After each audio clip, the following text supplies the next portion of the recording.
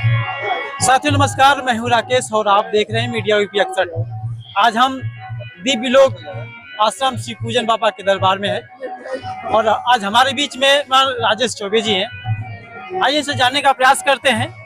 Sir, channel में स्वागत। आपका भी दिव्य लोक आश्रम परिवार में हार्दिक स्वागत है, अभिनंदन है। मैं आपसे से एक जानकारी जानने का प्रयास करूंगा कि इटावा में जो हलचल चल रही है, यादव जी कथा वाचने गए थे।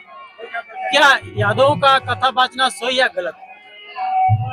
पूजा किसी की भी गलत नहीं हो सकती है। यह एक गलत धारणा के लोगों का बनाया हुआ जाल हो सकता है। पूजा पे सबका अधिकार है, पूजा सभी लोग करते हैं और करना चाहिए। जहाँ तक यादव समुदाय की बात है तो हम लोग का भी बचपन समाज में ही बीता है और हमको नहीं लगता है कि इस बिरादरी से ज्यादा सहयोग करने वाली कोई अन्य बिरादरी है। जहाँ तक मेरा अपना व्यक्तिगत मानना है, हर बिरादरी में अच्छे लोग होते हैं, बुरे लोग होते हैं। मैंने आपको पहले भी बताया है, किसी व्यक्ति विशेष के विचार को किसी समुदाय का विचार नहीं माना जा सकता है और न मानना चाहिए।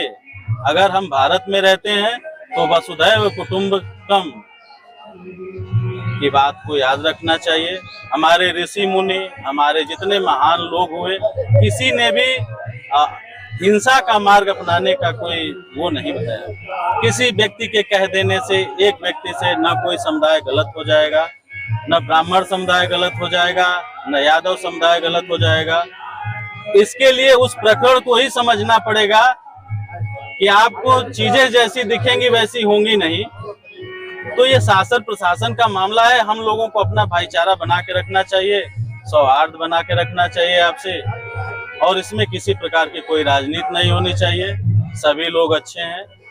कुछ लोग हमारे पास भी बुरे हैं, कुछ आपके पास भी बुरे हैं। हो सकता है कभी अच्छे विचार ही बुरे विचार। कुछ लोगों का ये भी कमेंट आ रहा है, कह रहे हैं लोग कि नहीं, यादव जो है उनका दूध बेचने का कार्य वही काम कर रहे हैं, ब्राह्मणों का हक क्यों छीन रहे हैं?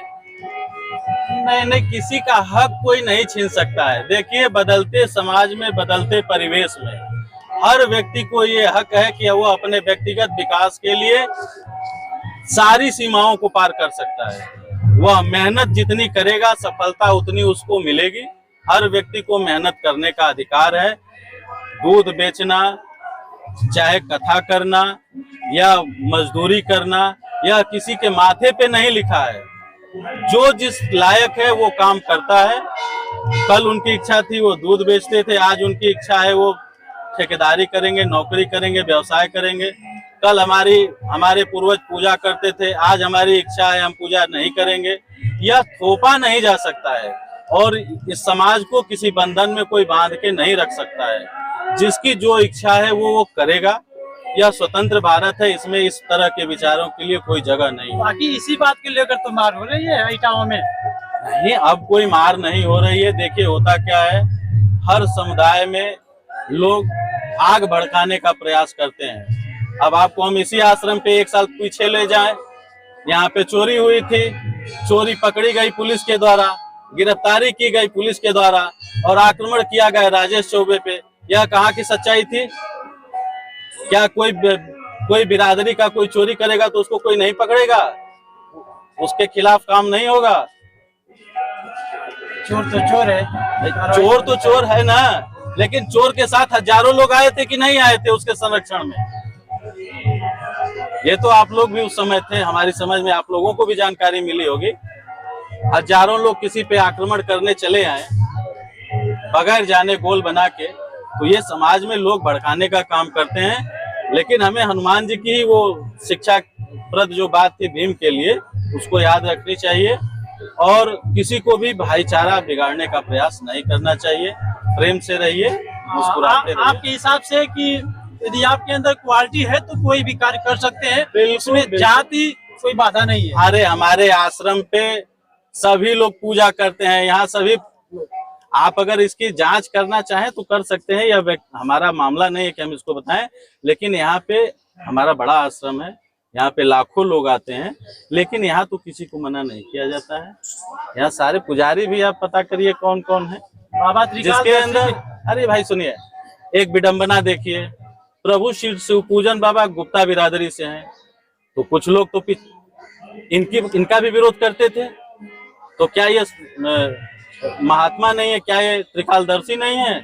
इन्होंने किसी का विरोध किया? अरे व्यक्ति को अपना काम करना चाहिए।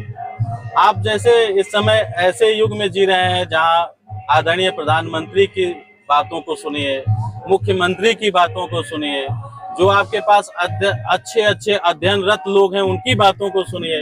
ये कहाँ पेशाब और वो में पड़े हुए हैं। आप अच्छी बातों को सुनिए। एक सफल भारत का निर्माण हो रहा है, उसको होने दीजिए, अच्छे काम में लगिए और समाज में जहां भी आपको अवसर मिले एक अच्छे ज्ञान का प्रादुर्भाव करिए।